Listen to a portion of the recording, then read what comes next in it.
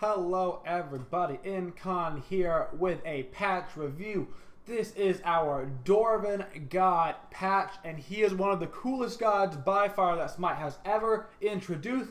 And these 4 supports, baby, so all you supports out there, give yourself a hug. Let's be real, the solo laners are going to take him because he's so cool, but it don't matter. I'm going to insta-lock him first. But we're going to get right into this patch, guys. Not too much content in terms of balance changes, but a lot of cool stuff like skins and, of course, the new god that we'll cover at the end. First up, we have Aphrodite,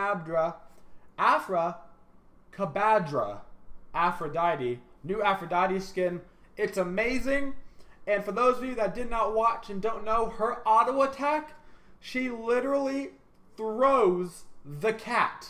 Her auto attack is she chucks the cat, and it hits things, and it goes like the cat is being squished.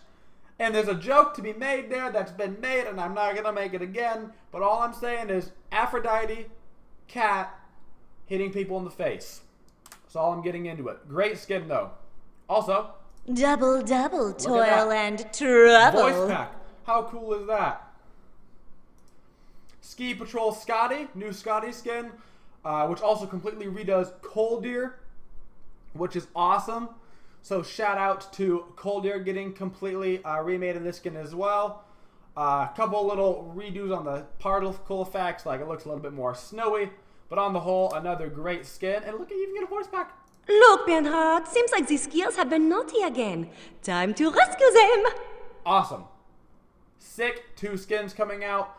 As far as the rest of the skins, we got Demon King Ravana. Basically a tier 2 recolor. It's fine. Sobek skin recolor. It's actually pretty cool, but let's be real.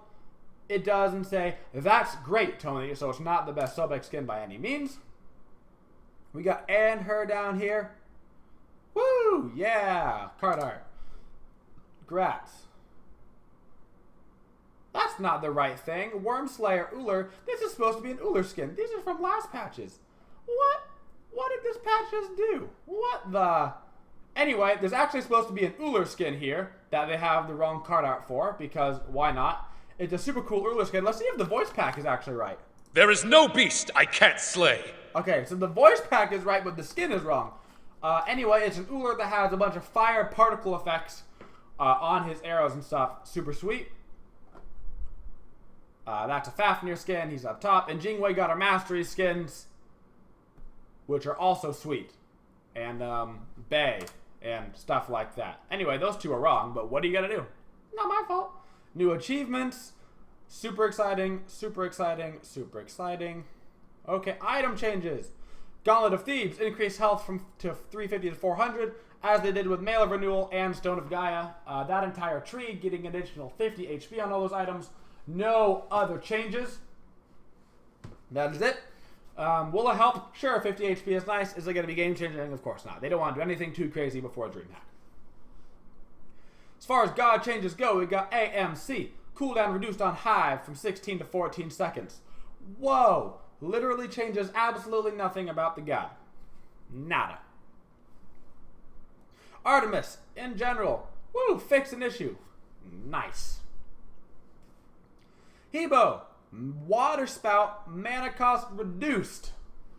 Whoa! If this was like his one that you spam all the time, maybe it would have a little bit of effect. But water spout's on a 10-second cooldown. You're not spamming it anyway. Congratulations on your 5 mana that you're saving at level 1. Grats. Kukulkan getting an actual change to his god. Slipstream, which is reduced cooldown from 15 seconds to 11 seconds when you rank it up. So that's actually an important change. 4 seconds minus on cooldown is a big deal for Kukulkan. And I'm glad to see him getting a little bit of a buff there. And it's an actual real god change. So that will help him a little bit trying to get away, especially in the later levels of the game as he gets to rank it up, because he's still not going to rank it up before his 1 and his 3.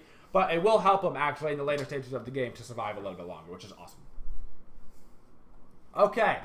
So for some real changes, we got Rat and Susano. Mainly Rat. Susano barely got touched, actually. Rip. But Rat, Dart, base damage reduced.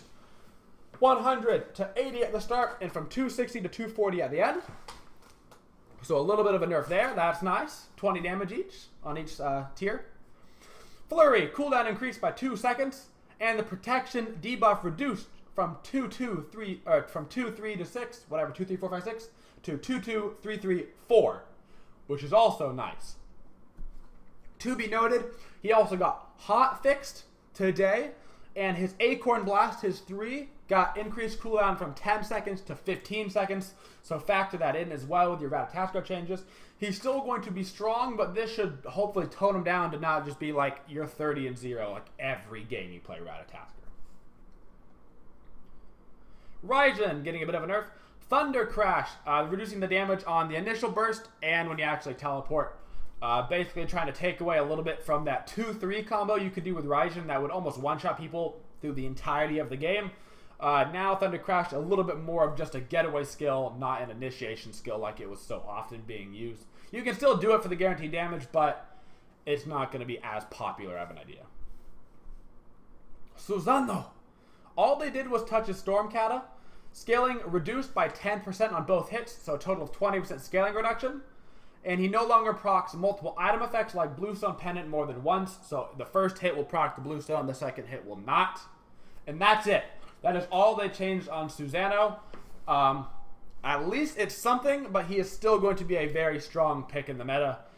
So is Rattatasker for that matter. So expect a lot of play from both of them, but still for the rest of forever. Now, that's all the changes, except for the new god, who's mine. I'm just going to blow your mind. Ready?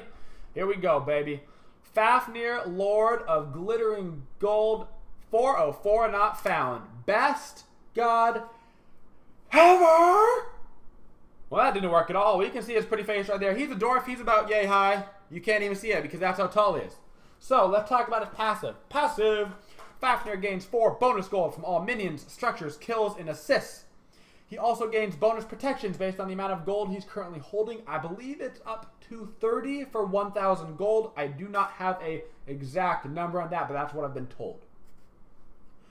Yes, this stacks with Watcher's Gift. Yes, it does. You can have a double Watcher's Gift on this god. I mean, you just being like, cash, cash, cash, cash, cash, cash, cash, cash, cash, everybody, cash, cash, cash, cash. It's going to be awesome. Straight money. What's going to happen, though? Solo laners are just going to pick this god, and they're going to be like, I got the cash monies now, bitch. I'm going to be like, man, I ain't letting Maddie play him. Okay? So, all of his abilities have 2 things, because he's a guardian with his ultimate that changes him into a dragon, and his abilities do a little bit of different things. So, what's his 1? He throws a hammer that deals damage to all minions in its path. When it hits a god, it will stop and stun them for 1 second. It then pulses out a slow and slows that person and all nearby enemies for 3 seconds. In dragon form, it deals increased damage that ticks every second for 3 seconds, so it becomes a bleed. Also, the pulse will shred protections in addition to slowing. Okay? I know you already like, yes, yes, yes. It just gets better. 2, Horrifying Gaze. Coerces his allies into fighting harder, okay? Boosting their power and attack speed for 5 seconds and healing himself. But wait, it gets better. In dragon form, it's a giant AoE. And it can buff multiple allies. You can hit your entire team with that 5-second buff. And yes, you heard me right. It is power and attack speed. Yes, if you put this on Kukulkan, Kukulkan's ultimate will hit harder. Yeah, you throw this on Hebo, Hebo ults will win the game. I do not know the exact numbers on it. We will have to play him on PTS. His 3, Underhanded Tactics, Deadly Bite. You leap to a location and you disarm people in front of you. Now, this is a it's an immediate leap right in front of you. If you do it farther away, it takes a little bit longer, but still very fast. And the damage that it does is a cone in front of where you land. So only the way you're facing. So if somebody is, say, 5 feet in front of you, and you jump 6 feet, and then the cone goes out, you're not going to hit them, because it's not like a circle like jumps are. It's a cone-based jump. So when you land, it's only the cone in front of you. It's a tiny cone, but like not that hard to hit. In dragon form, he can leap farther, and he like far. Also, it does increased damage that becomes a bleed, just like his 1. and it stuns the closest enemy to him for 2 seconds in addition to disarming them.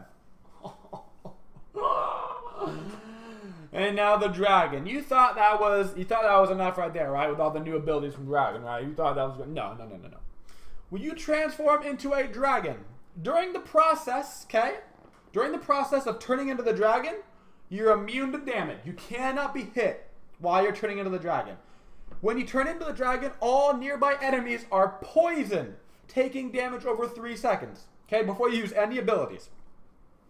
Then your basic attack changes and becomes Ares Flame Wave out of your mouth hole, proccing 3 times per second, and dragon form lasts for 40 seconds, or you can end it early. He is literally the coolest god that Smite has ever made in the history of ever, and I am so flippin' pumped to play him, and you should be too, guys. This is our patch review of Fafnir, Lord of Glittering Gold and the Dwarven Corruption. Hope you guys enjoyed the video. If you want to help support the channel, please subscribe, and as always, have a twitching day, y'all.